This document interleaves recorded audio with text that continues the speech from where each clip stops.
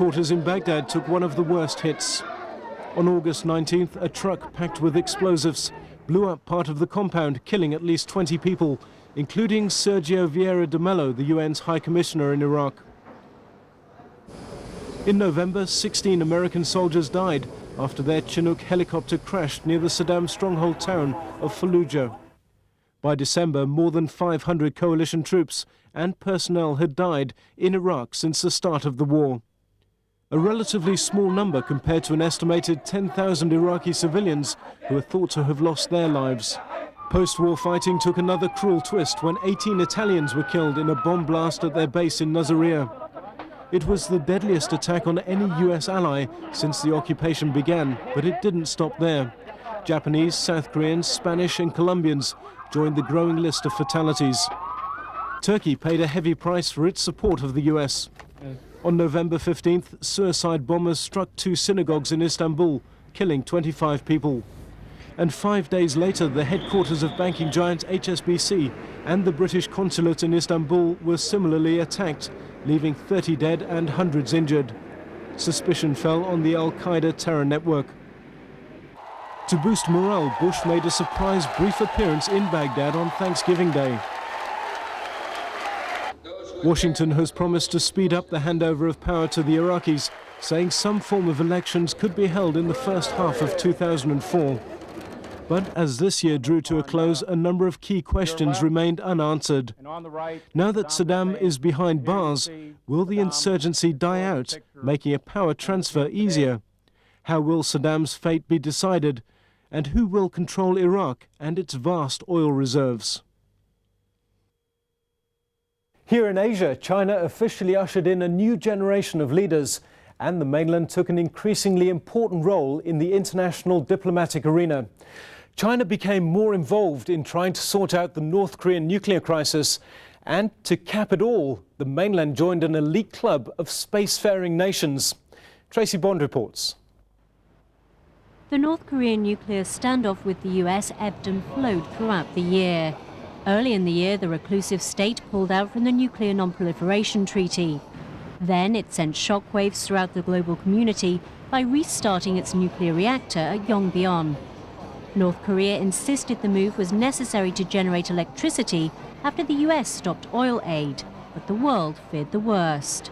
We are looking for North Korea to visibly and verifiably dismantle its nuclear programs, and we have no intent to invade the North.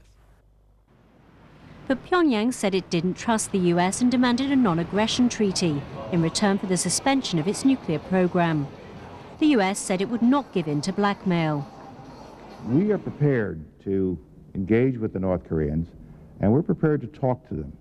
But what we can't find ourselves in the position of doing is essentially panicking at their activities. Tension increased after a North Korean fighter jet invaded South Korea's airspace. A few days later, North Korea test-fired a missile which came down in the sea between the Korean peninsula and Japan. Beijing hosted 3 days of talks between North and South Korea, the US, Japan, Russia and China. Although nothing concrete came of the talks, it was an example of China's growing involvement in international affairs. It wasn't only the nuclear standoff that marked a landmark year for China. In March, President Jiang Zemin handed over power to Hu Jintao and a new generation of leaders. But he retained considerable influence by taking on the country's top military post. Wen Jiabao took over as premier from Zhu Rongji, who said one of the biggest challenges facing the country was poverty in rural areas. Hu Jintao's first real political crisis as president came during the SARS epidemic. Beijing was criticized by the international community for covering up the severity of the outbreak on the mainland. Hu took matters into his own hands and instructed local authorities to come clean on how badly SARS had hit their areas to prevent the disease from spreading further. The May 1st Labor Day holidays, when millions of people traditionally clogged the country's road and rail networks, were cancelled to contain the outbreak. Hu raised his public profile as a man of the people, visiting SARS-hit areas. After SARS was brought under control, it didn't take China long to bounce back. The biggest morale booster was the success in putting China's first man into space. Details of the historic mission were kept under wraps until the very last minute. But in mid-October, the Shenzhou 5 carrying Yang Liwei blasted off from the Jiquan launch site in the western Gobi Desert. Yang became an instant national hero, and all eyes were on him as he orbited the Earth 14 times before touching down safely on the grasslands of Inner Mongolia, just 5 kilometers away from his intended target. The successful mission energized China's space program, and officials announced plans to land an astronaut on the moon by 2020. That may have renewed US interest in space exploration after the Columbia shuttle disaster. The Americans are now planning a manned mission to either the moon or even further afield, to Mars. Sino-US ties warmed considerably as the year drew to a close. Premier Wen Jiabao made his first official trip to the US and got George Bush to issue a stern warning to Taiwan against independence. We oppose any unilateral decision by either China or Taiwan to change the status quo. The comments followed new legislation in Taiwan, allowing the island to hold referendums on contentious issues like changing Taiwan's official name, flag and territory. Despite Bush's warning, Taiwan leader Chen Shui-bian said he would go ahead, with plans to hold a vote on the mainland's anti-ballistic missiles pointed at the island, to coincide with presidential elections in March next year. We're going to take a short break now, but when we come back, we'll take a look at a landmark 12 months for the Middle East, some of the world's worst disasters, and all of the top sports stories of the year.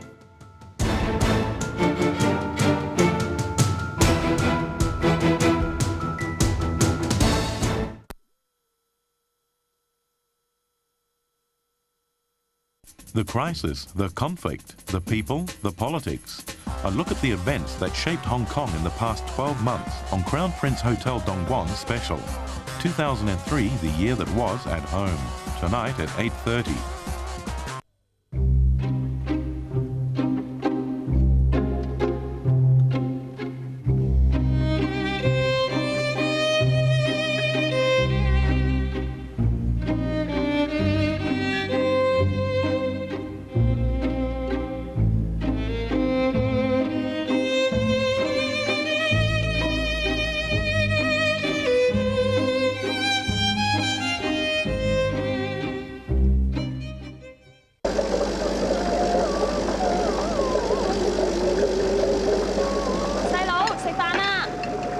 渴望同大自然更加接近。台灣有變化萬千嘅自然生態，輪住嚟幫你放鬆身心。去台灣次次都係第一次。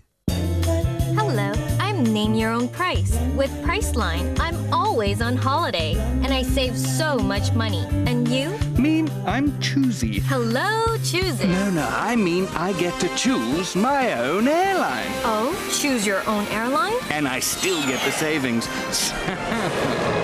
How do you like me so far? You're new and exciting. I like you a lot. Priceline. Two smarter ways to save. We are live from the literal games at Ocean Park. Tubing from way up high, this guy's going all out for speed. Whoa! Do you think he'll make it? It doesn't look good. He's losing it. He's losing it. Oh, man, I don't think I can watch this. I think even you could do better than that one. Let's check in on the Olympic stars, showing their stuff on the next slope. It's all happening at the Ocean Park Winter O Games, December 19th through January 4th. See you there. 今日可唔可以借5000蚊俾我？你咁多錢做咩啊？我有咗。你有咗？有咗咩啊？我有咗 BB， 打一套啊！ Would it take something like this to make you understand?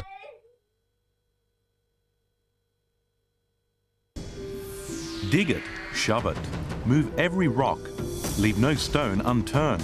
Remember, when you get into the subtleties of pterosaur identification, even the smallest clues become conclusive evidence.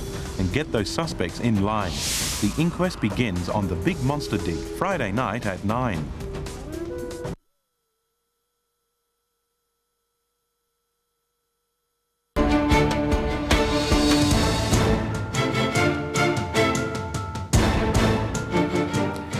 Welcome back. The Iraq War dominated world events in 2003, but there were other key turning points that made the year a memorable one on the political front. These were some of the scenes from another frustrating year in the Israeli-Palestinian conflict. Both sides agreed to disagree as the peace process stumbled from one deal to another, most notably the US-backed roadmap to peace. The Holy Land must be shared between a state of Palestine and the state of Israel, living at peace with each other and with every nation of the Middle East. But there was no breakthrough. Retaliatory strikes peaked when 15 people died in an attack on a bus in the Israeli port of Haifa. Israel responded with a devastating raid in the Gaza Strip. A major stumbling block is Israel's insistence in building a highly controversial West Bank barrier. Ahmed Kiraya replaced Mahmoud Abbas as Palestinian Prime Minister in November, but Yasser Arafat continued as leader, frustrating the Israelis who at one stage threatened to kill him. The long-running Palestinian uprising is now in its fourth year, with no immediate end in sight. There was a happier outcome to fierce civil war in Liberia. President Charles Taylor eventually agreed to leave the capital Monrovia and go into exile, but the violence ended only after the United Nations took over command of the peacekeeping force. Taylor is now on Interpol's wanted list for war crimes and crimes against humanity committed during the Sierra Leone War. Georgian President Edward Shevardnadze, who had led the former Soviet republic since the end of the Cold War, was forced to resign in what's now being called the country's Velvet Revolution. The opposition stormed parliament during a key session in November. Shevardnadze's downfall was triggered by parliamentary elections in November, which the opposition claims were rigged. The jury is still out on Philippine President Gloria Arroyo. Discontent against her government led to a coup attempt by a group of military officers on a fateful Sunday in July. The rebels surrendered 15 hours later, but the uprising clearly shows Arroyo is now losing support among her people, ahead of next year's presidential election. Asia's longest-serving leader, Malaysian Premier Mahathir Mohamad, called it a day. The outspoken leader retired after 22 years at the helm, but not before he took one more shot at Jews and Western interests. And Hollywood actor Arnold Schwarzenegger could not have scripted the Californian elections for governor any better. He took over from Gray Davis and set about trying to revive the cash-strapped state. 2003 also had its setbacks. NASA's space program came to an abrupt halt when the shuttle Columbia broke apart on returning from a mission. 7 astronauts died. And that was just one of a series of disasters that included earthquakes, typhoons and fires that ensured the world would see its share of tragedy, both natural and man-made. It was a sight as spectacular as it was tragic. A trail of fire shooting across the February sky over the state of Texas. Streaking through the atmosphere at 18 times the speed of sound, the space shuttle Columbia broke up just 15 minutes before its scheduled landing in Florida. All 7 astronauts on board were killed, including the first Israeli in space. The disaster grounded NASA's space shuttle program. After months of investigation, officials concluded that a piece of Columbia's foam insulation had fallen off during the launch, ripping a hole in the left wing and triggering the disaster during the shuttle's return. Investigators also exposed shortcomings on the part of NASA, saying it had done little to improve safety since the loss of another shuttle, the Challenger, in 1986. Houston now control. There was more tragedy in the US in February. A rock concert at a Rhode Island nightclub turned into a raging inferno that killed 100 people. It was supposed to be a spectacular show by the heavy metal band Great White, but pyrotechnics used by the group ignited a fast-moving fire, feeding on foam insulation that had been used as soundproofing behind the stage and sending flames shooting through the one-story wooden building. 10 months later, a grand jury indicted 3 people on charges of involuntary manslaughter, including the tour manager of the band. The lights went out for America in August. It was the worst blackout in US history, plunging up to 50 million people in darkness.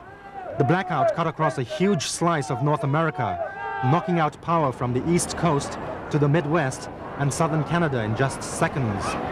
The shutdown of power came without warning, driving millions of people outdoors into the summer heat. It was a wake-up call to upgrade a third world power system being used by the first world. It was a terrible year for Europe as well. A blistering heat wave swept across the continent this summer, claiming lives on a shocking scale and causing a breakdown in one of the world's best health systems. Some estimates put the death toll at 20,000. France bore the brunt of it, with hospitals swamped with victims, especially the elderly. And the government came under fire for failing to react fast enough to the crisis. There were other disasters around the world, man-made and natural, but one eclipsed them all, coming at the end of the year, just when it looked like the worst was over. A powerful earthquake hit southeast Iran last week, destroying most of the historic city of Bam, about 1,000 kilometers from the capital, Tehran. The quake, measuring 6.3 on the Richter scale, struck just before dawn, when most people were still asleep. Officials put initial estimates at 20,000 dead and 30,000 injured, but warned that the final figures would be much higher. On a brighter note, there was plenty to shout about in the world of sports. England's crowning moment at the Rugby World Cup dominated the international stage, and it was action all the way in European soccer. The year saw a resurgence of Italian teams in the Champions League. AC Milan and Juventus faced each other in the final at Old Trafford, Juventus having dumped defending champions Real Madrid out of the competition in the semis. After a goalless draw, it was Milan who came out on top, winning 3-2 on penalties. Madrid went on to take the Spanish league, but it wasn't enough to save Vicente Del Bosque's job as manager, and he was sacked. Madrid brought in Manchester United's deputy coach Carlos Queiroz, and in a wave of publicity and hype, added United midfielder David Beckham to their books. International football saw the wrap-up of Euro 2004 qualifiers, Turkey one of the biggest names not to make next year's tournament. France won the Confederations Cup, beating Cameroon 1-0, although the tournament was marred by the tragic death of Marc-Vivien Foe. Germany won the Women's World Cup, beating Sweden 2-1 in the final. In Formula One, it was Michael Schumacher who prevailed, winning the championship for Ferrari. Despite strong challenges from Kimi Raikkonen and Juan Pablo Montoya, they couldn't prevent the German from taking a record 6th championship. In cycling, Lance Armstrong won his record 5th straight Tour de France. In tennis, a new order emerged, although you'd be forgiven for thinking it was more of the same when Andre Agassi beat Rainer Schüttler to claim his 4th Australian Open title. In the women's game, the year saw the rise of another dynamic duo. Not the Williams sisters, but the Belgian pair of Jacine Henin-Anden and Kim Clijsters.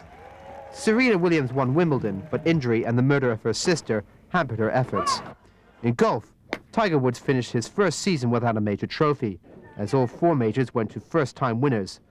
One of the most memorable victories was Ben Curtis's British Open triumph. Ranked 396 going into the competition, the American became the lowest-ranked major winner in history. The year had its share of World Cups. Australia dominated the cricket in South Africa, beating India by 154 runs in the final. And the Aussies came close to winning the Rugby World Cup as well, but they were beaten by a formidable England side 2017 in a nail-biting final. It was England's first major sporting triumph since winning the Football World Cup in 1966. There are a lot of memories to take away from 2003. Some of the highlights include Roger Federer's Wimbledon win and England's Rugby World Cup triumph. Next year sees Euro 2004 and the Athens Olympics. And no doubt there'll be more incidents and triumphs and memories to talk about. And finally, let's take time to remember some of those who left us in the past year. Some will be remembered for all the wrong reasons, like former Ugandan dictator Idi Amin. During 8 murderous years as president of Uganda, Amin was responsible for an estimated 300,000 deaths. Amin died on August 16th at the age of 78. Others who died in the past 12 months were loved around the world. And to them we say, thanks for the memories. I give you this, a tender kiss, it's more valuable than dough, and I thank you and so much. Preacher said, for better or for worse.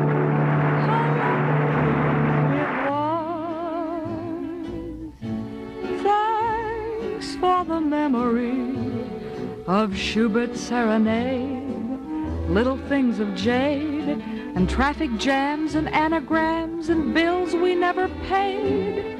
How lovely it was. We who could laugh over big things were parted by only a slight thing. I wonder if we did the right thing. Oh, well, that's life, I guess. I love your dress. Do you? It's pretty. Thanks for the memory of faults that you forgave, rainbows on a wave, and stockings in the basin when a fellow needs a shave. Thank you so much. Thanks for the memory of tinkling temple bells, alma mater yell, and Cuban rum and towels from the very best hotels. Oh, how lovely it was. Thanks for the memory of cushions on the floor, hashed with Dinty Moore, that pair of gay pajamas. Well, as we have just seen, 2003 was indeed a monumental year for international news. My colleague Yondan Latu will be here in the next 30 minutes to look at the people and the politics that shaped Hong Kong in the past 12 months. From me, Nick Waters, Happy New Year.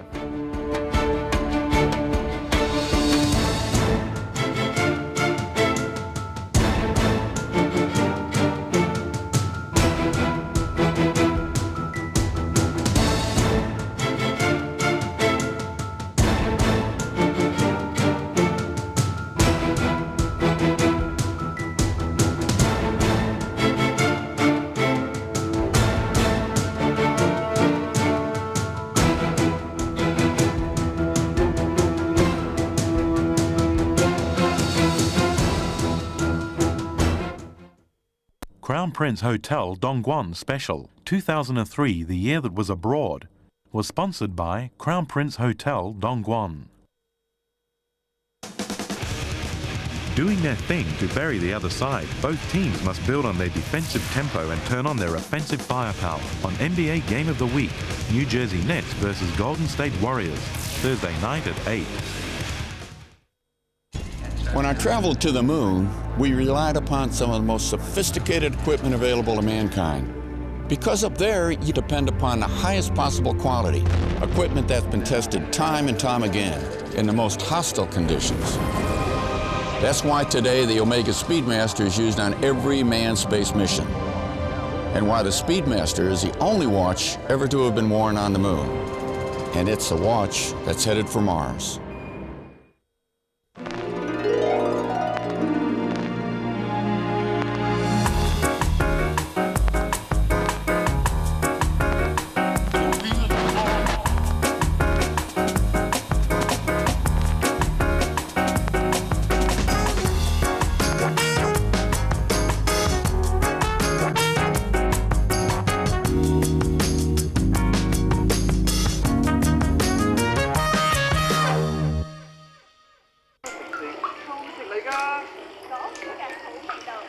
老婆，你浸夠未啊？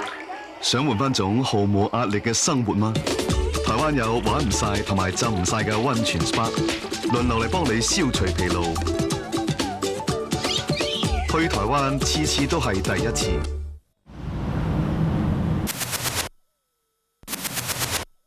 An arrest warrant for Mr. Jackson has been issued on multiple counts of child molestation.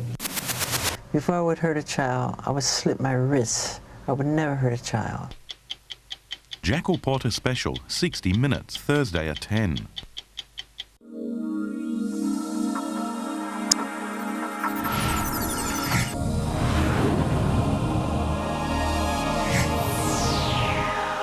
This is ATV World.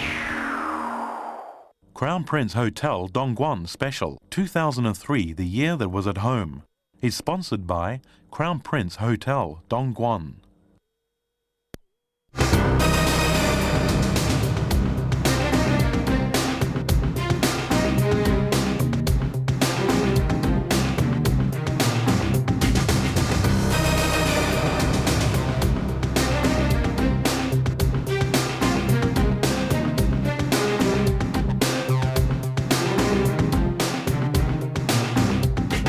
Hello and thanks for staying with ATV. I'm Yondan Latu. For those of you who've just joined us, the previous half hour of a look back at the past year showed just how much George Bush's war on terror continued to dominate world affairs. But while Saddam Hussein's capture helped Bush end 2003 on a triumphant note, here in Hong Kong it's been a difficult year for Tung Chee-hwa. The credibility of his administration sunk to its lowest level since he became chief executive in 1997. Public dissatisfaction with his policies and his top officials plagued him throughout the year. But his biggest crisis was the SARS epidemic. No one imagined it would be like this, living under the shadow of a killer disease that claimed people's lives just as ruthlessly as it ruined their fortunes. This is where Hong Kong's worst medical disaster began, the Metropole Hotel. It all started on February 21st when Liu Jianlun, a mainland physician, checked into the hotel. Liu was already ill when he came here to attend his nephew's wedding. Because he was so sick, Liu had to skip the wedding and was admitted to Kwong Hospital the next day. When he died on March the 4th, Liu had already set in motion a chain of events that would have devastating consequences, not only for Hong Kong, but the rest of the world as well. Hospital staff became infected, as did several other guests at the Metropole Hotel, who unknowingly spread it to other parts of the world. Health Secretary Yeo Kyung didn't think there was any reason to worry. We are not talking about any outbreaks in the community. But the warning signs were all there. More than 100 medical workers at the Prince of Wales Hospital fell ill with the same symptoms. Refusing to take any chances, the World Health Organization put Hong Kong on its list of SARS-affected areas. It also issued an advisory warning travelers not to come here. But it wasn't until a month after SARS first appeared that authorities started getting their act together by making the disease their top priority. And the fact that today I'm able to stand here and talk to you like this is because of all these progress we have made. By this time, it was obvious that the killer disease had spread beyond hospitals into the community. Amoy Gardens saw the worst of it. That outbreak was started by a 33-year-old kidney patient who went to the estate to visit his brother, unaware that he had caught SARS while receiving treatment at the Prince of Wales Hospital. He started a full-blown epidemic in Block E of Amoy Gardens. The government tried to contain the outbreak by sealing off the block and putting all residents under quarantine. One day later, it took an even more drastic step, packing them all into buses and sending them off to isolation camps outside the city. At this stage, we need to do a much more detailed, in-depth investigation of the facilities in Block E. Environmental factors indeed were to blame. The transmission of the virus was blamed on a faulty sewage system. With dozens of people falling ill every day, the government launched a massive cleanup campaign in a desperate attempt to restore the city's image. Authorities also screened travelers to make sure no one would carry the virus into or out of Hong Kong. Officials from the WHO came here for a first-hand look and eventually declared Hong Kong SARS-free 4 months after the outbreak began. Premier Wen Jiabao stopped over in Hong Kong at the end of June to celebrate this achievement and won many hearts and minds when he made a personal visit to the now infamous Amoy Gardens. But criticism over the government's handling of the outbreak didn't die down, so an expert committee was set up to look into this. But the findings disappointed many who felt that heads should roll.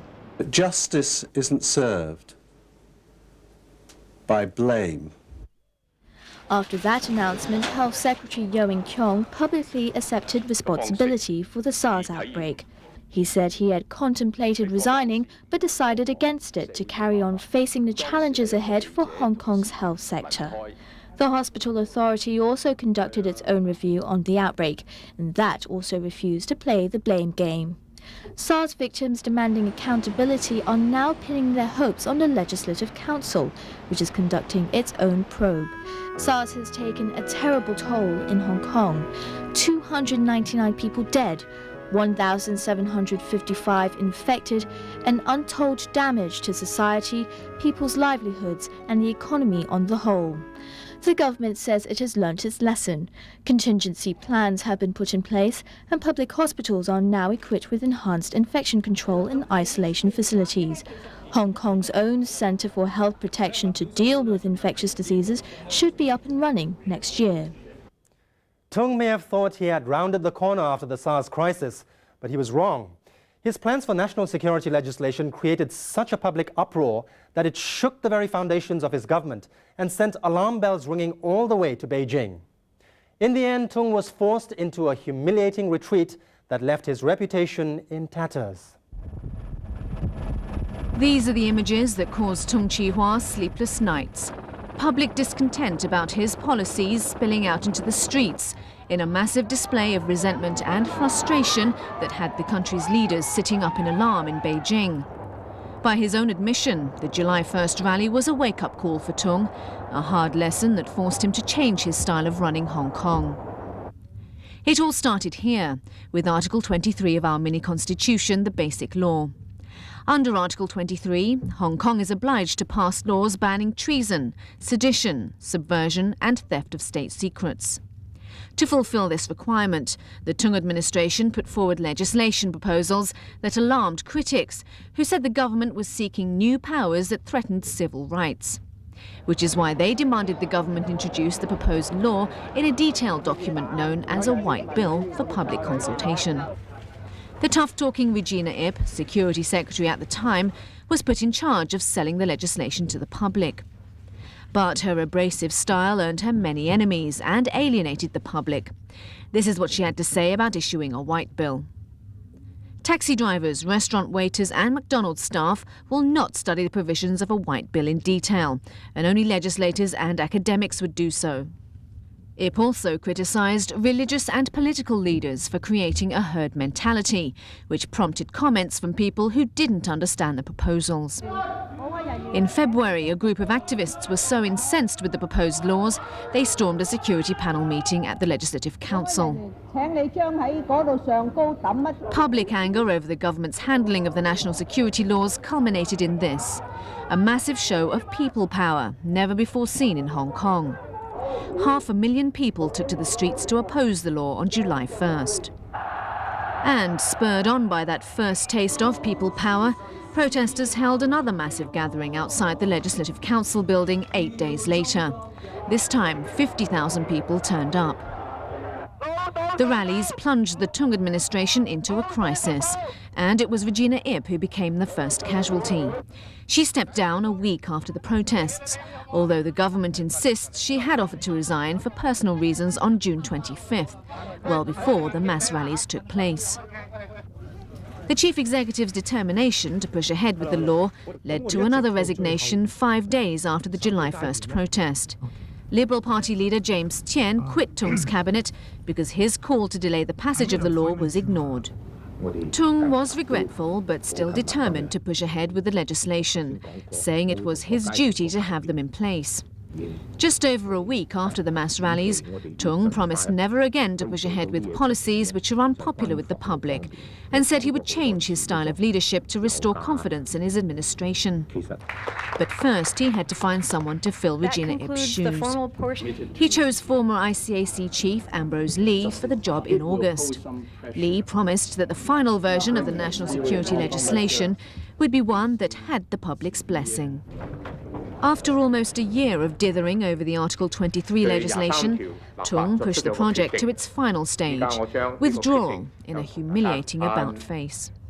I have seen that there's still some concern expressed in the community about Article 23. And for that reason, I think that we need to re-examine the whole issue. With the district council elections approaching, Tung's about-face was widely seen as a move to help his main political allies, the DAB party, which was fast losing popularity because of its unquestioning support for the national security legislation. But the damage was already done. DAB candidates were trounced by the Democrats in the district council elections in November, and party chairman Jung Yuk-sing had to make good on a promise to resign if his colleagues did badly. Tung and his allies have an even bigger headache on their hands now. The prospect of pro-democracy lawmakers making huge gains in the Legislative Council elections next year. Regina Ip wasn't the only member of Tung's cabinet who was forced to step down by public pressure.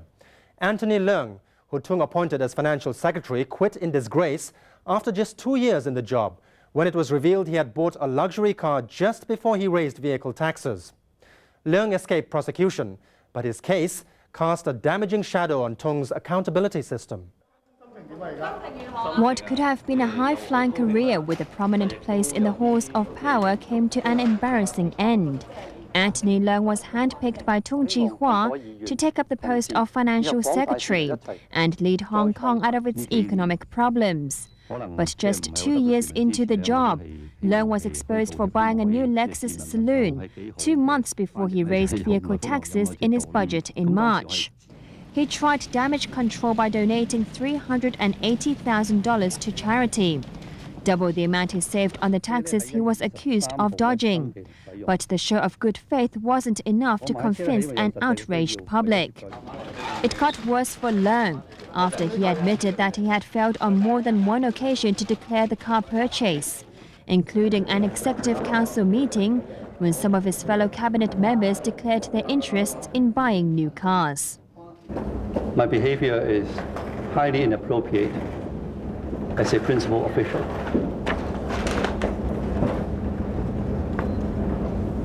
I would like to make my most sincere apology to the public.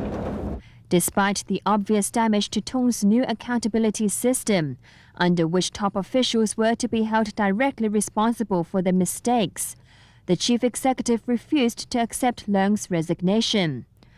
Tung tried to soothe public outrage by scolding Leung in public, but he was in turn accused of favoritism and insincerity. Hounded by angry lawmakers, Leung tried to justify the scandal.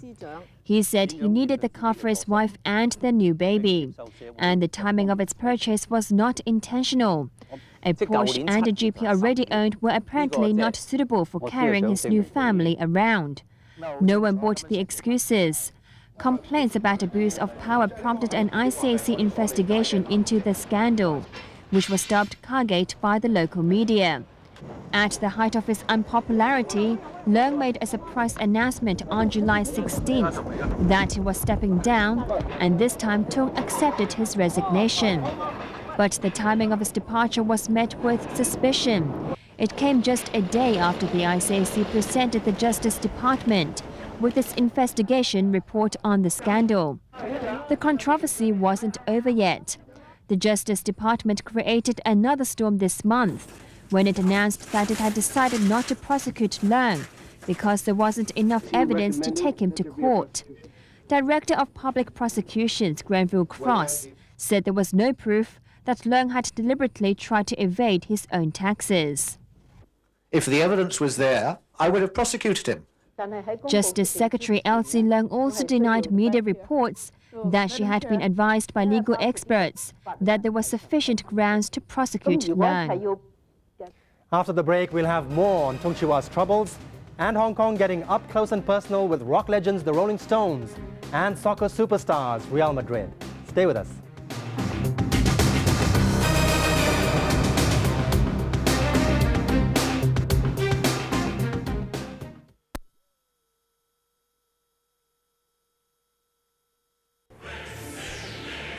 Of man and apes. Was there a point in evolution where humans stepped away from the apes and took a new path? An animated insight into the beasts within on Science of Walking with Beasts. Tonight at 9.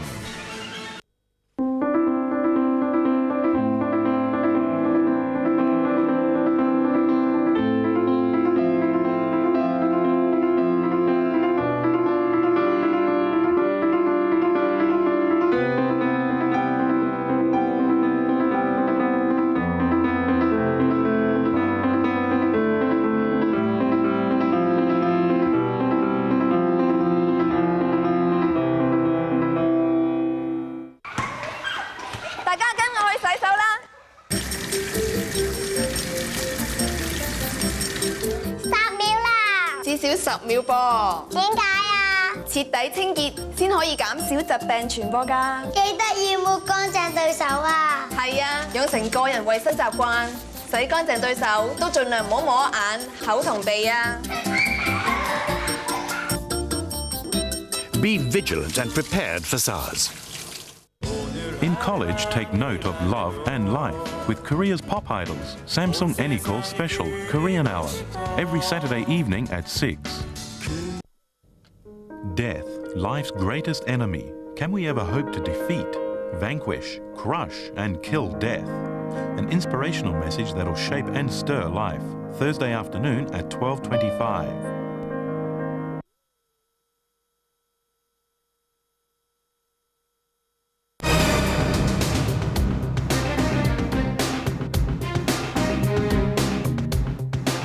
Welcome back. We continue with our look back at the year 2003 with the focus on Tung Chee-hwa's troubles. Tung earned a short reprieve when China's first man in space accepted his invitation to visit Hong Kong. It was a clear sign that Beijing wanted to help Tung repair the damage to his image. When Tung Chee-hwa asked Beijing to send Yang Liwei across to Hong Kong for a victory celebration, the central government was quick to respond. It was a clear show of support from Beijing for Tung, who was desperate to do something to boost his sagging popularity. Yang's visit in November unleashed a storm of patriotic fervor. Yang didn't disappoint. He brought along a gift, a world premiere of a short video he filmed himself while in space. The Hong Kong audience got to see it even before it was broadcast on mainland television. The next day, Yang was greeted by a sea of guests when he attended the opening of an exhibition showcasing his space mission at the Science Museum. Thousands of people had spent hours lining up to get free tickets to the show. Space fever reached a climax with an Earthbound show at the Hong Kong Stadium. The Sea of Red Flags was the biggest show of patriotism since the handover in 1997. And in one of his most difficult missions, singing a duet with action star Jackie Chan, Yang passed with flying colors. Yang also had a chance to do some sightseeing, but the view from space turned out to be much better than the view he got here. Visibility was down to minimum because of heavy air pollution. And the man who didn't seem to say much opened up to students on the third day of his visit. He described how he had trained 5 years for the historic mission and how he was handpicked from 1,500 people to be stuffed inside a tin can and shot around the world 21 times. Showcasing a more human side, Yang described how he felt about failing to spend enough time with his family, missing his son's birth and being away when his wife is ill. 而感到很内疚。有人对航天人比作超人，可航天员也并非是铁板一块的，他也要食人间烟火。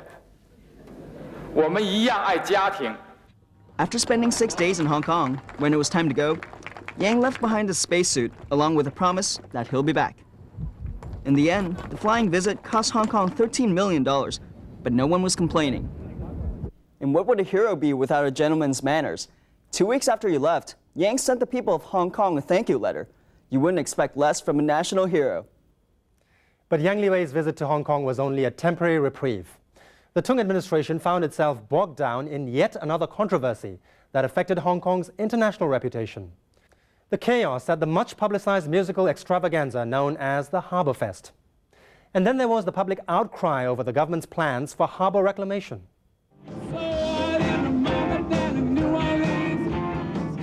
The sound of satisfaction. This concert by the Rolling Stones was the grand climax of the Harbour Fest, but it almost didn't happen. It was an off-again, on-again affair that reflected the chaos plaguing the $100 million festival. The musical extravaganza funded by taxpayers' money was meant to tell the world that Hong Kong was back with a bang after SARS, but it ended up doing more damage than good to the city's international image. Everything seemed to go wrong from the beginning. Escalating costs, poor ticket sales, and performers pulling out at the last minute. At one stage, the organizers decided to give out free tickets to pacify the crowds after British girl band Atomic Kitten cancelled an appearance. But there was chaos as 9,000 free tickets were snapped up and hundreds had to be turned away empty-handed. At the center of the storm were two men who organized the show. Mike Rouse, the head of the government department in charge of promoting Hong Kong overseas, and James Thompson, chairman of the American Chamber of Commerce. Both were accused of bungling the preparations and wasting taxpayers' money. The final bill turned out to be exactly $100 million, the entire amount the government had promised to cover the festival's losses. Thompson tried to show his good faith by dipping into his own pocket to cover the extra costs. But he found himself in even hotter water when it was revealed that he and his wife were the sole owners of the company set up to manage the Harbourfare's finances. Rouse himself, under pressure to resign over the fiasco, found the media spotlight unbearable at times. Forget about 1 billion, forget about 1 trillion, 100 million. Full stop. Why did it increase? It has not increased. Rouse was Show Secretary Henry Tang took ultimate responsibility for the staging of the event, admitting it could have been handled better. We overestimated that they are able to pull off such a complex event in such a short period of time. The show is over, but an independent investigation into the fiasco is underway.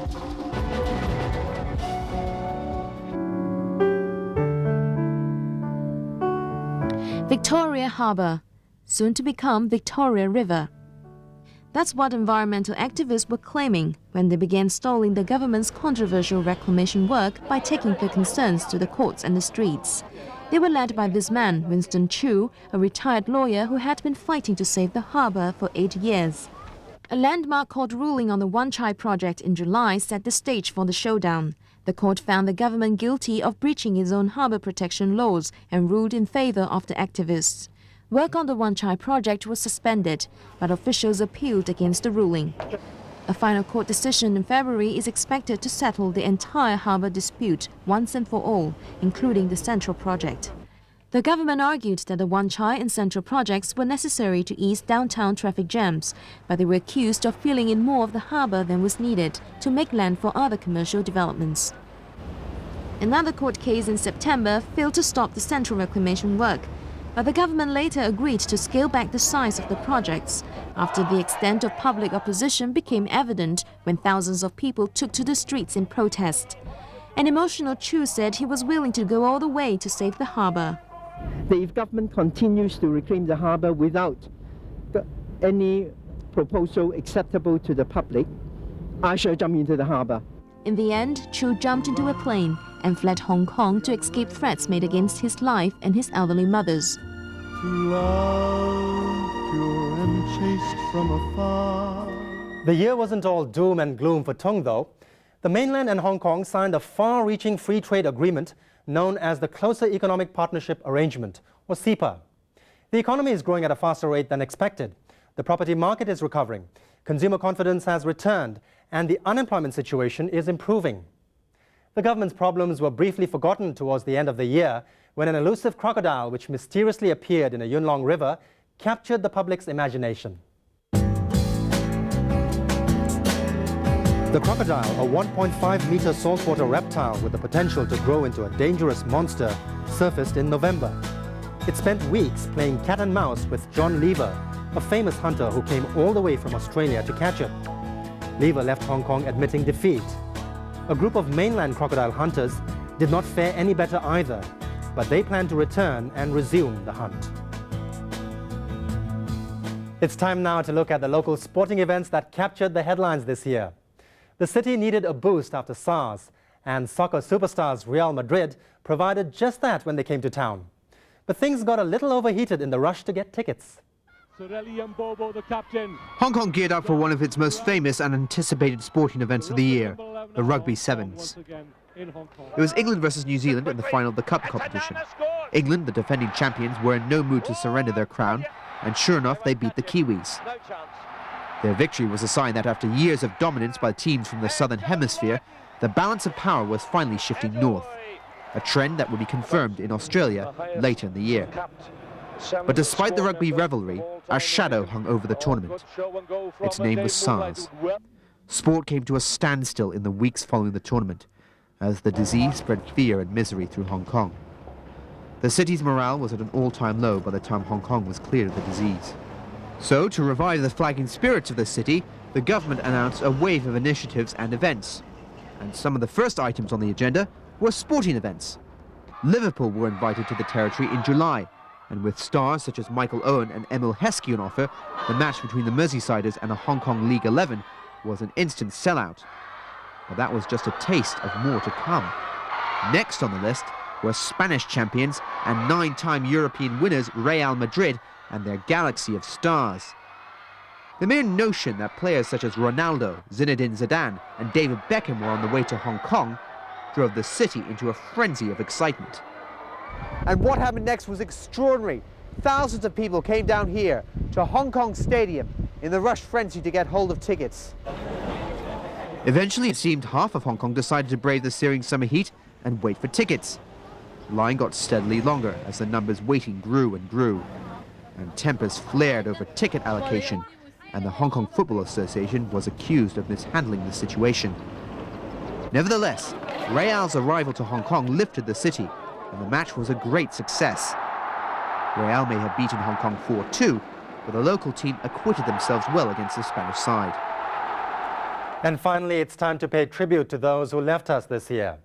Among them were cantopop star and movie icon Leslie Cheung, who jumped to his death from a hotel balcony, and another cantopop legend, Anita Mui, who died of cancer.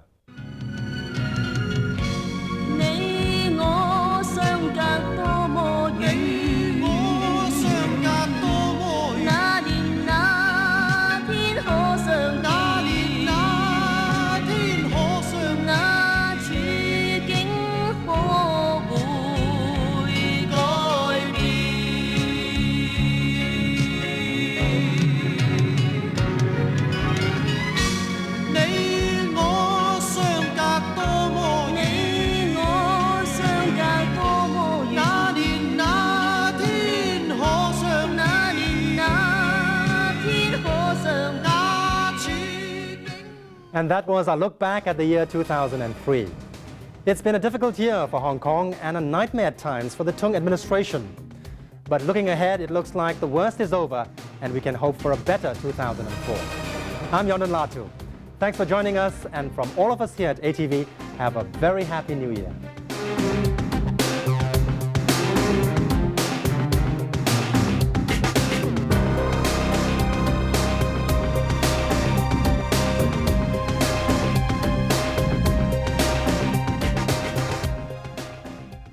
Crown Prince Hotel Dongguan Special 2003, the year that was at home, was sponsored by Crown Prince Hotel Dongguan.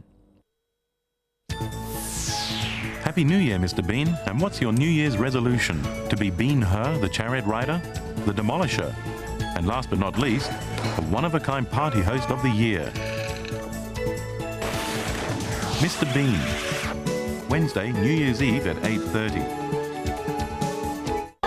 Between a little prankster and the restless spirits, there's plenty of unfinished business. Winner of the 2003 Tokyo Anime Award, Hanada Shonen Shi, Japanese time, every Sunday morning at 10.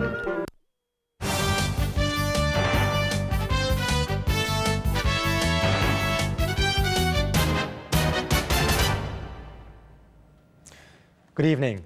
Here's a look at today's top stories. Cantopop diva Anita Mui lost her battle against cervical cancer early this morning. She was 40 years old. Mui's close friend, Lau Pui-kei, announced the sad news during a 4 a.m. briefing at the hospital, attended by her celebrity friends. Mui's glittering career spanned 2 decades and earned her the title Asia's Madonna. The French news agency AFP has quoted a Guangdong official saying that all tests have produced positive results in a suspected SARS case. But it's still not official yet, since the Ministry of Health and the World Health Organization have the final say in the matter. And so far, they're still treating it as a suspected case.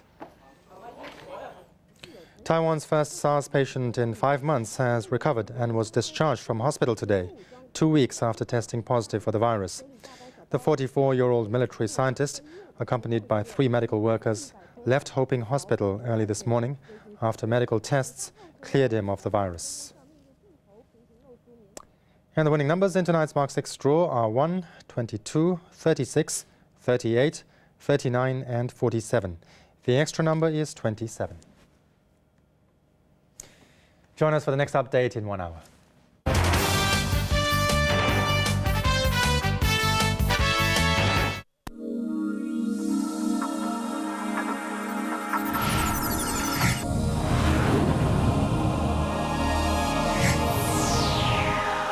This is ATV World. Up next, did humans really evolve from apes? An animated insight into the beasts within on Science of Walking with Beasts. In the last program, we discovered how the mammals took over from the dinosaurs, producing the largest and most magnificent creatures on Earth.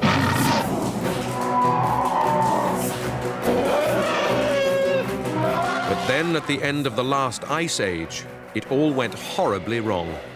Most of the huge mammals disappeared.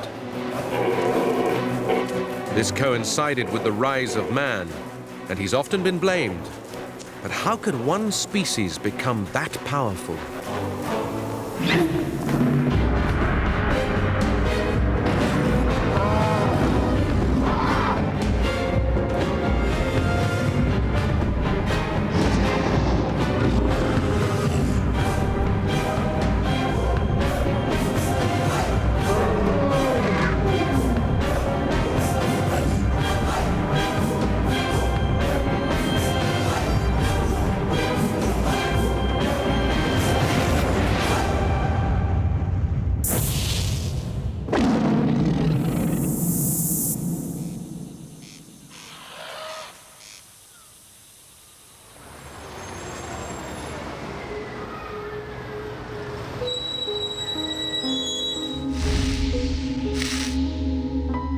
We humans like to think of ourselves as unique, a cut above the rest of the animal kingdom. But since the 19th century, we have known our place in nature. We are just another mammal, connected by our family tree to a beastly past. However, the story of how we became so unusual is one of the most extraordinary in evolution.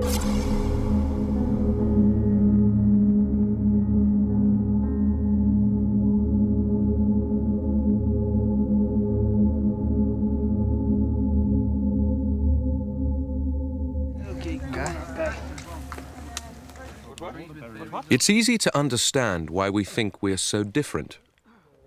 Our sophisticated use of technology seems to set us apart from other animals. Our extraordinary tool-making skills allows us to recreate anything from stone tools to artificial animals. One more of those, please. Head up. Okay, and then down, bit of chill. Walking with Beasts is the story of the rise of mammals, and our history and the history of our ancestors is an integral part of that.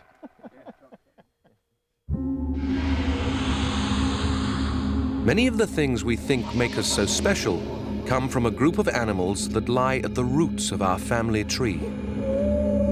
They are the primates.